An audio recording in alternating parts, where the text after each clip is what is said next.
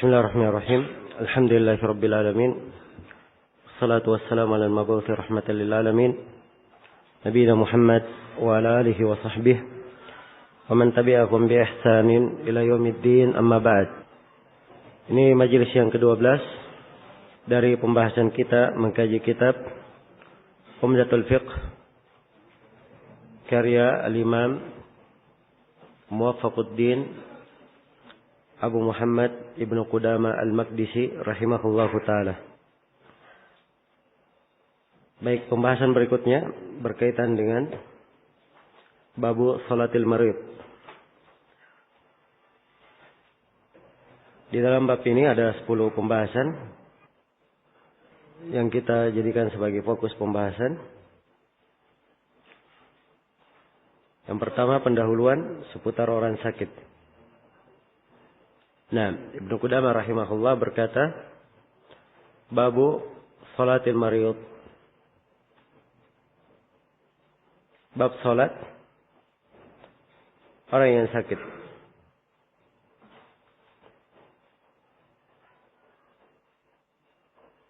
Ya, secara umum di dalam bab ini diterangkan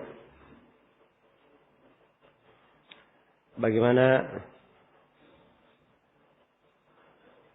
kaifiat salat bagi orang yang sakit dan keringanan-keringanan yang didapatkan oleh orang yang sakit. Dan ini secara umum adalah satu sudut dari keindahan syariat kita, di mana orang-orang yang berhalangan mempunyai udzur di dalam menjalankan ibadah diberikan keringanan-keringanan dan juga dijaga keutamaan dan pahala mereka walaupun sedang sakit.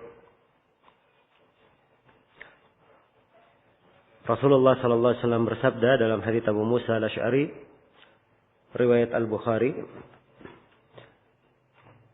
"Idza marida al-abdu aw safara kutiba ma kana ya'maluhu sahihan muqima." Apabila seorang hamba sakit atau dia melakukan perjalanan, maka pahala yang biasa dia lakukan dalam keadaan dia mukim dan dalam keadaan dia sehat akan selalu dicatat oleh Allah Subhanahu wa taala. Baik.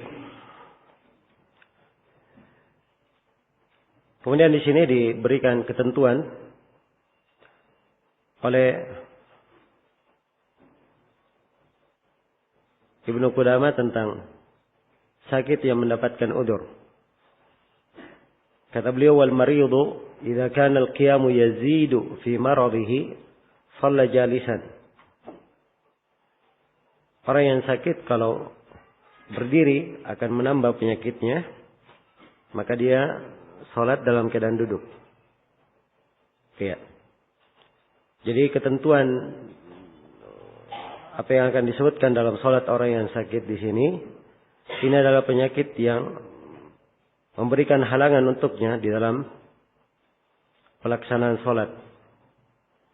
Ya, dan kaidah umum bahwa al-masyaqqah sababun litaysir.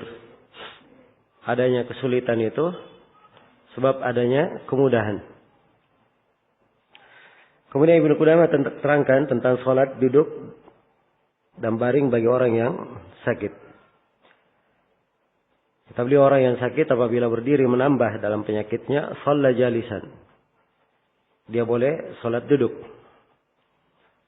Fa in lam yutiq fa ala jambihi. Kalau dia tidak mampu duduk, maka dia salat di atas pembaringannya atau salat dalam keadaan berbaring. Iya. Liqauli Rasulullah sallallahu alaihi wasallam li Imran ibn Husain, berdasarkan sabda Rasulullah sallallahu alaihi wasallam kepada Imran bin Husain, "Shalli qa'iman fa illam tastati' fa qa'idan fa illam tastati' fa 'ala jamb." salatlah engkau dalam keadaan berdiri. Kalau kamu tidak mampu, maka dengan duduk. Kalau kamu tidak mampu, maka dengan berbaring. Karena ini diucapkan oleh Nabi kepada Imran ibn Husain tatkala beliau mengeluhkan penyakit bawasir pada beliau. Iya. Diberikan keringanan. Karena Allah Subhanahu wa taala berfirman, yuridullahu bikumul yusra wa la yuridu bikumul usra. Allah menghendaki kemudahan untuk kalian dan Allah tidak menghendaki kesusahan untuk kalian.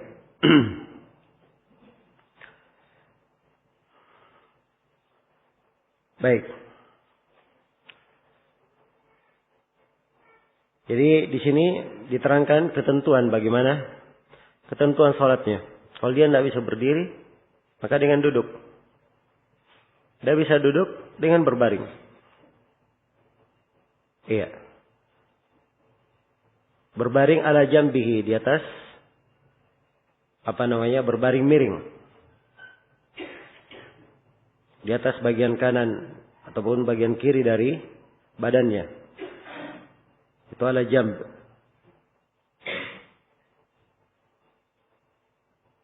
Kemudian kata beliau, fa in syaqqa alaihi fa ala dhahrihi. Kalau berat dia berbaring dengan di atas kanan atau kirinya berat, maka dia boleh berbaring di atas punggungnya. Wa in ajaza anir ruku'i was sujud aw ma'a bihima. Kalau dia ternyata tidak mampu untuk ruku dan sujud, maka cukup dia berisyarat untuk ruku dan sujud itu. Iya. Baik. Ini sudah diterangkan keringanannya. Berdiri, kalau tidak mampu duduk, tidak mampu berbaring di atas belahan kanannya atau kirinya. Kalau tidak mampu di atas punggungnya. Tidak mampu ruku dan sujud, dia berisyarat.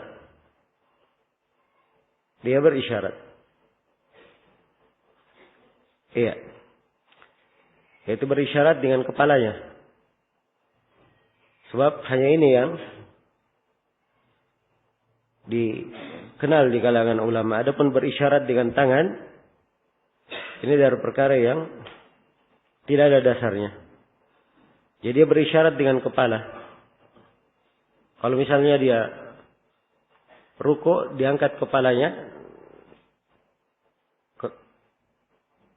Kalau dia ingin sujud, misalnya dia tempelkan dagunya ke dadanya. Agar supaya lebih tinggi lagi. Jelas rukunya, angkatan untuk sujudnya itu harus lebih tinggi daripada apa? Untuk rukunya. Sebagaimana seorang kalau dia sholat duduk, iya. Kalau dia sholat duduk dan dia mampu untuk sujud, dia sujud. Dan rukunya dia berisyarat setengah sujud. Dia ruku setengah sujud untuk apa? Untuk ruku. Dan untuk sujud biasa dia sujud sempurna seperti biasa. Ya, kalau tidak bisa dia berbaring. Berbaring di atas kanannya. Dan di atas kanannya dia berisyarat dengan kepalanya. Misalnya untuk rukunya dia tundukkan kepalanya sedikit. Dan untuk sujudnya, dia tundukkan kepalanya sampai menyentuh dadanya. Iya. Baik. Kalau misalnya dia tidak mampu, ya, sama sekali menggerakkan badannya, ya, tidak pula mampu menggerakkan kepalanya, apa yang dia lakukan? Apakah sholat gugur terhadapnya atau tidak? Ini dua pendapat. Dan yang benarnya bahwasanya dia sholat sesuai dengan keadaannya.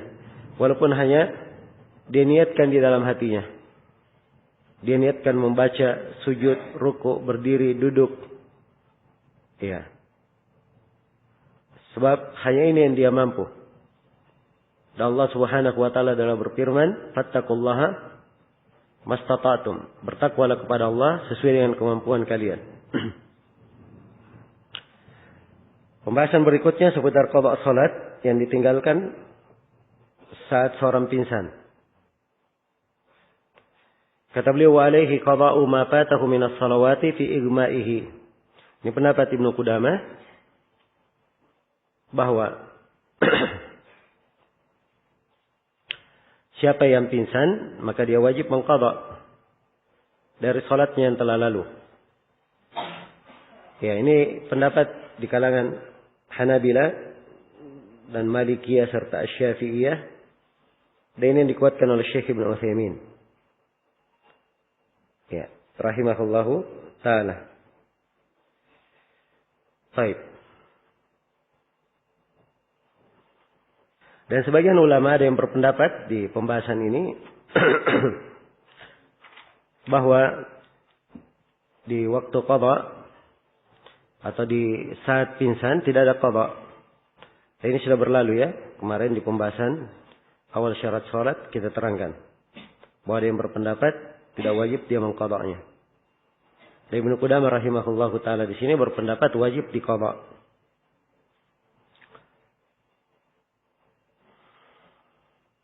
Kemudian Ibnu Qudamah menjelaskan tentang menjamak salat bagi orang yang sakit.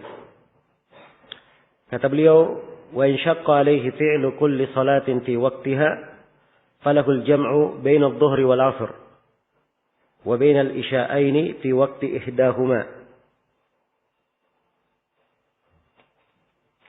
Iya. Kalau dia berat mengerjakan salat pada setiap waktunya,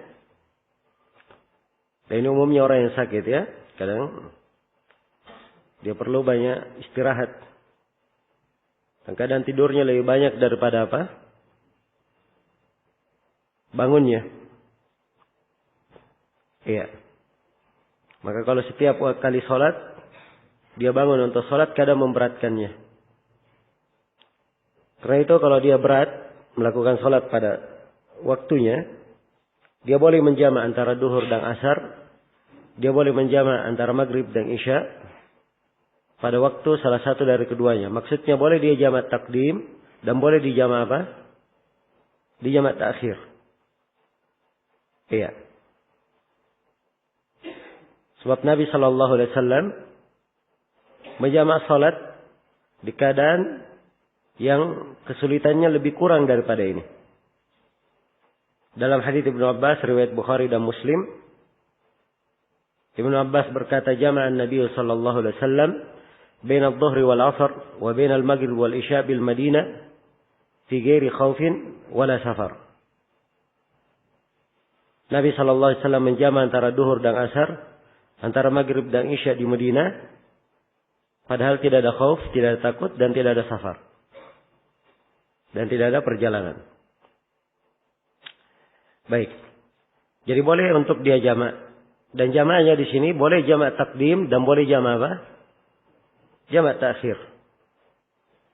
Iya. Ini kemudahan karena masyaqqah yang berat, dan diingat bahwa kaidah umumnya al-masyaqqah tajlibu at-taysir. Demikian pula dimasukkan oleh para ulama, siapa yang ada masyaqqah seperti ini. Misalnya seorang dokter yang dia harus mengobati, masuk di ruang operasi, melakukan operasi untuk pasiennya, dan waktu pelaksanaannya harus bersambung tidak terputus, yang mengharuskan dia untuk menjamak dua salat. Maka ini adalah hal yang diperbolehkan. Iya. Hal yang diperbolehkan. Nah, Syekh Ibnu Utsaimin di dalam sebagian fatwanya, beliau memfatwakan untuk seorang murid yang belajar di tempat orang kafir, dan dia tidak bisa melakukan sholat pada waktunya, atau menjadi dharar baginya kalau dia sholat pada waktunya, beliau memfatwakan boleh dia menjamak. Iya. Nah, dan ini semuanya adalah hal-hal yang tentunya dibangun di atas kaidah bahwa kesulitan itu mendatangkan kemudahan, dan juga telah ada dari ketentuan Nabi Sallallahu Alaihi Wasallam beliau menjamak salat di Madinah, padahal tidak ada khauf, tidak ada hujan, tidak ada tidak ada safar, tidak ada perjalanan. Nah, kemudian Ibnu Qudamah menjelaskan tentang pensyaratan niat salat jamak. Kata beliau, fa in jama'a fi waqtil ula ushturita niyatul jam'i inda fi'liha. Kalau dia menjamak pada waktu yang pertama, maka disyaratkan niat jamak ketika melakukannya. Iya. Jadi maksudnya kalau dia menjamak antara duhur dan asar, maka disyaratkan ketika menjamak antara duhur dan asar, di waktu duhur dia meniatkan hal tersebut. Demikian pula kalau dia menjamak antara maghrib isya, disyaratkan di waktu maghrib dia meniatkan jamak tersebut. Iya. Ini pensyaratan niat jamak. Jadi artinya menurut Ibnu Qudamah di sini, andai kata misalnya seseorang dia sudah sholat duhur, dia sakit, dia sholat duhur, tidak ada niatnya menjamak. Setelah sholat duhur, baru berpikir bahwa saya ini sakit.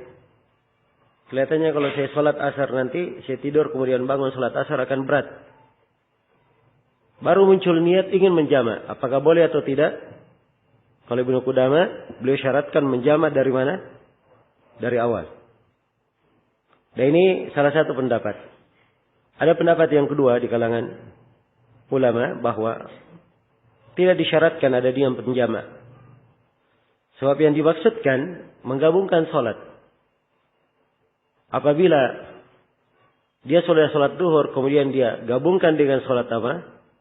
Sholat asar. Maka telah terjadi penggabungan dan itulah jamak. Maka mensyaratkan niat di sini adalah mengadakan sesuatu yang sudah ada. Dan ini tidak ada gunanya. Iya.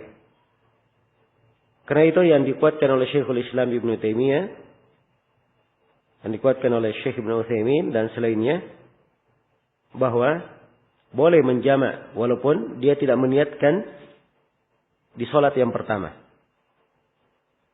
Jelas ya?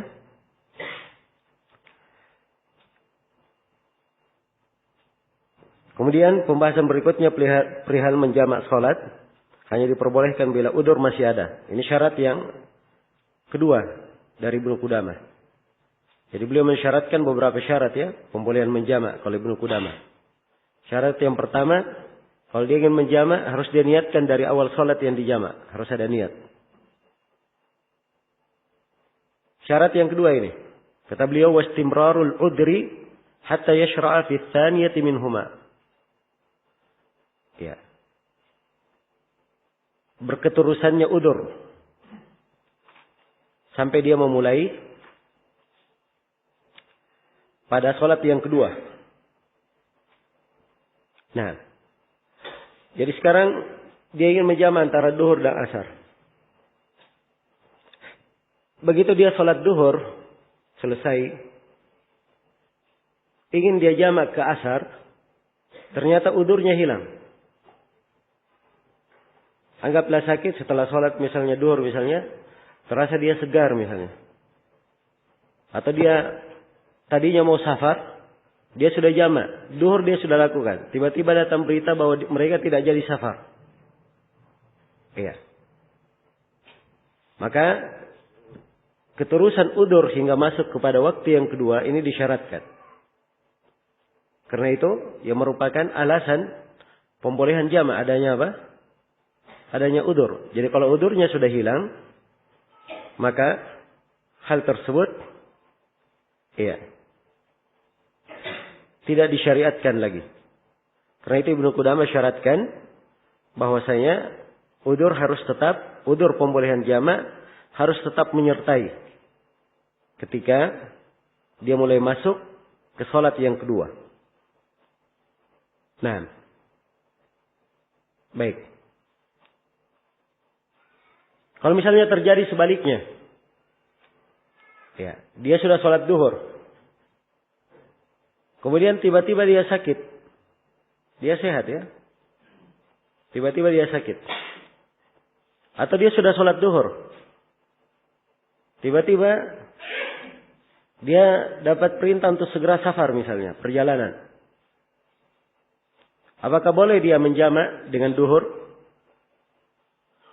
Ini dibangun di atas permasalahan yang pertama tadi. Disyaratkan niat jamak dari mana? Dari awal.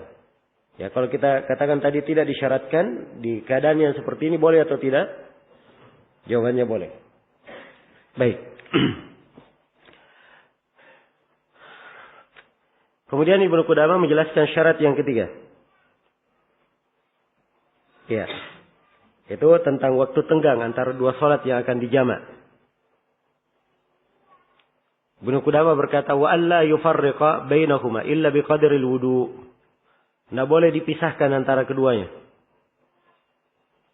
Iya. Kecuali sekadar berwudu saja. Alasannya, kenapa tidak boleh dipisahkan? Alasannya karena menjamak adalah menggabungkan dua salat. Dan penggabungan tidak cocok ada pemisahan. Kalau sudah dipisah bukan menggabungkan namanya, bukan menjamak. Iya.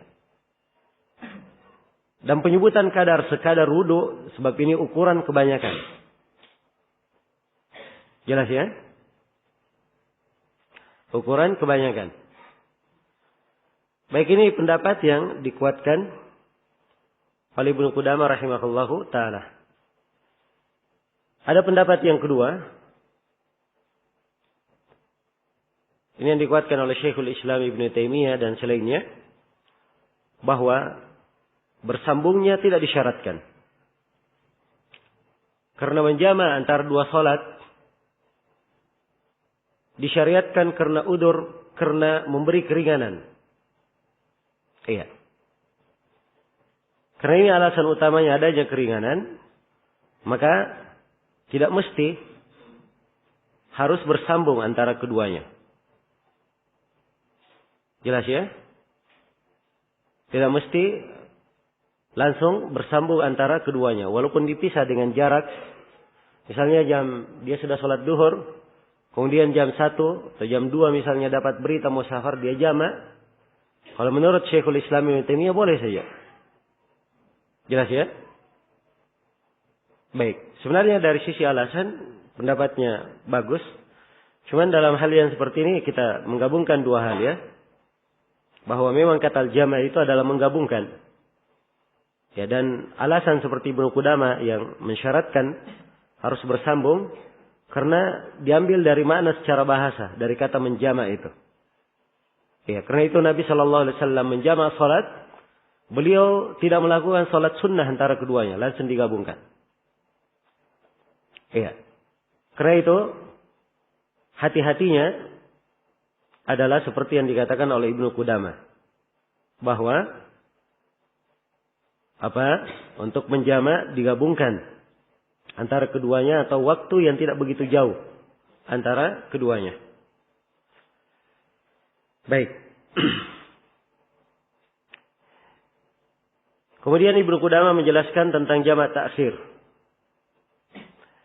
Iya. Kata beliau rahimahullahu taala, wa in akhara u'tibira istimrarul udri ila dukhuli waqti tsaniya minhuma. Kalau dia mengakhirkan menjamak takhir, maka disyaratkan keberlangsungan udzur hingga masuknya waktu salat yang kedua. Ya, ini sama ya dengan sebelumnya. Misalnya dia ingin menjamak takhir duhur dan asar. Iya. Oh, saya musafir.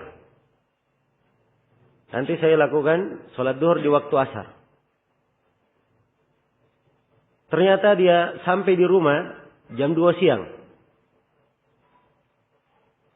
Berarti hilang sudah apa? Safarnya. Dia sudah apa? Mukim. Jadi udzur sudah hilang. Nah, begitu dia sudah sampai di rumah jam 2 siang, apakah boleh dia takhir lagi ke waktu asar? Dia jamak? Ibnu Qudamah sebutkan tidak boleh lagi. Karena udzurnya sudah apa? Hilang. Maka di jam 2 dia segera sholat apa? Sholat duhur. Karena masih ada waktu. Iya. Baik. Ini saya kira jelas ya. Kemudian kata beliau rahimahullahu taala, wa an yanwi al-jama' fi waqtil ula qabla an yadhiq an fi'liha. Iya. Dan hendaknya dia meniatkan menjama' pada waktu yang pertama. Sebelum sempit untuk mengerjakannya. Sebelum sempit untuk mengerjakannya.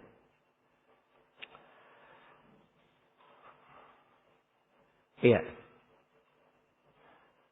Jadi di sini Ibnu Qudamah ingin menjelaskan syarat lagi. Jadi kalau ingin dia jamak takhir, harus dia niatkan jamak dari awal pengakhiran. Sebab mengakhirkan sholat dari waktunya boleh atau tidak? Dia dibolehkan ya tanpa udzur. Iya. Karena itu ketika ingin diakhirkan duhur, wajib dia niatkan untuk menjamak. Iya. Dan dengan itu ia dibolehkan untuk mengakhirkan. Karena itu beliau sebutkan di sini syarat harus dia niatkan menjamak di waktu yang pertama sebelum sempit waktunya. Maksudnya sebelum selesai waktu asar atau misalnya ingin dia jamak antara duhur dan asar, sebelum selesai waktu duhur dia sudah apa? Meniatkan untuk menjamak. Iya. Baik, dan ini pensyaratan yang bagus karena mengakhirkan tanpa niat ini tentunya adalah hal yang diharamkan. Karena kewajiban seorang muslim dan muslimah melakukan sholat pada waktunya. Ya. Kemudian pembahasan yang ke-9 tentang pembolehan bagi musafir mengqasar sholat. Kata beliau, wa yajuzu al-jam'u lil musafir alladhi lahul qasr. Ya. Dan boleh menjamak bagi musafir yang boleh melakukan qasr. Nah, di sini di pembahasan penegasannya tentang musafir bolehnya menjamak. Dan ukuran musafir yang boleh menjamak adalah musafir yang punya hak untuk mengqasar. Iya. Dan menjamak salat bagi musafir adalah hal yang dimaklumi, diterangkan dalam banyak dalil. Kalau dia musafir. Ya, dan di bab ini bab tentang orang sakit ya. Nah, dan musafir dibolehkan. Sepanjang dia sudah musafir, punya hak mengqasar, boleh pula dia menjamak. Karena musafir punya dua hak. Dia boleh menjamak dan boleh apa? Boleh mengqasar. Banyak hadits yang menjelaskannya. Di antaranya hadits Muadz bin Jabal, riwayat Muslim. Kharajna ma Rasulillah sallallahu alaihi wasallam fi ghazwati Tabuk. Fakana yusalli adh-dhuhra wal 'ashra jami'an wal maghrib wal isya jami'an. Kata beliau, kami keluar bersama Rasulullah sallallahu alaihi wasallam di perang Tabuk. Maka Rasulullah sholat duhur dan asar sekaligus. Dan sholat maghrib dan isya sekaligus. Yaitu menjamaknya. Baik. Pembahasan yang terakhir. Perihal menjamak sholat ketika hujan. Kata Ibnu Qudamah. Yajuzul jama' bainal isya'aini khassatan fil matar. Boleh menjamak antara maghrib dan isya. Isya'aini dua isya. Maksudnya maghrib dan apa? Isya. Karena maghrib disebut dengan nama isya yang pertama. Dan sholat isya yang kita kenal itu disebut isya yang terakhir. Nah, jadi di sini Ibnu Qudamah hanya berpendapat menjamak ketika hujan hanya boleh kalau apa? Antara maghrib dan apa? Antara maghrib dan isya saja. Adapun duhur dan asar boleh menjamak atau tidak? Ya, pemahaman dari sini artinya apa? tidak boleh. Ya. Dan sebenarnya yang dilihat di sini tentang menjamak salat di saat hujan boleh atau tidak? Ya, telah syah dari hadits Ibnu Abbas dan selainnya bahwa Nabi Shallallahu Alaihi Wasallam menjamak salat. Iya, karena hujan. Maka ini menunjukkan ketentuan umum tentang bolehnya menjamak salat karena apa? Karena hujan. Sepanjang udzur hujan ada dan memberatkan ke masjid, maka boleh saya menjamak salat tersebut. Iya. Menjamak 2 salat, apakah itu duhur, asar, maghrib, isya, karena hujan. Karena yang dihitung bukan waktunya, yang dihitung masyaqqahnya, beratnya. Iya. Dan beratnya menghadiri salat ketika hujan ini terjadi pada malam hari dan terjadi pada siang hari. Walaupun di malam hari kebanyakannya lebih apa? Lebih berat. Iya. Kebanyakannya lebih berat. Karena itu pendapat yang benarnya bahwa boleh menjamak antara duhur dan asar. Karena hujan apabila ada masyaqqah, ada kesulitan. Sebagaimana boleh menjamak antara maghrib dan isya. Berdasarkan dalil-dalil umum tentang kebolehan menjamak salat ketika apa? Ketika hujan. Baik. Hanya saya perlu saya ingatkan di sini bahwa ya, menjamak salat ketika hujan ini apabila hujannya itu memberatkan, ada masyaqqah di dalamnya. Iya. Kemudian yang kedua, menjamaknya bukan di rumah, dijamaknya di mana? Di masjid. Kalau di rumah tidak perlu dijamak, salat saja di rumah pada waktunya. Apa yang menghalanginya? Ya, tapi yang menjadi udzur adalah di masjid, sebab seorang perlu ke masjid. Begitu dia sudah menjamaknya di masjid, maka dia tidak perlu datang lagi ke masjid. Baik. Ini yang perlu saya ingatkannya, dan sekali lagi saya tegaskan bahwasanya menjamak antara 2 salat pada saat hujan ini boleh antara maghrib isya dan boleh pula antara duhur dan apa? Duhur dan asar. Ya. Dan ini yang difatwakan di madhab Syafi'iyah, dan ini yang dikuatkan oleh Syekh bin Baz dan Syekh Ibnu Utsaimin rahimakumullahu taala. Selesai sudah pembahasan tentang salat orang sakit, kita berpindah ke pembahasan berikutnya.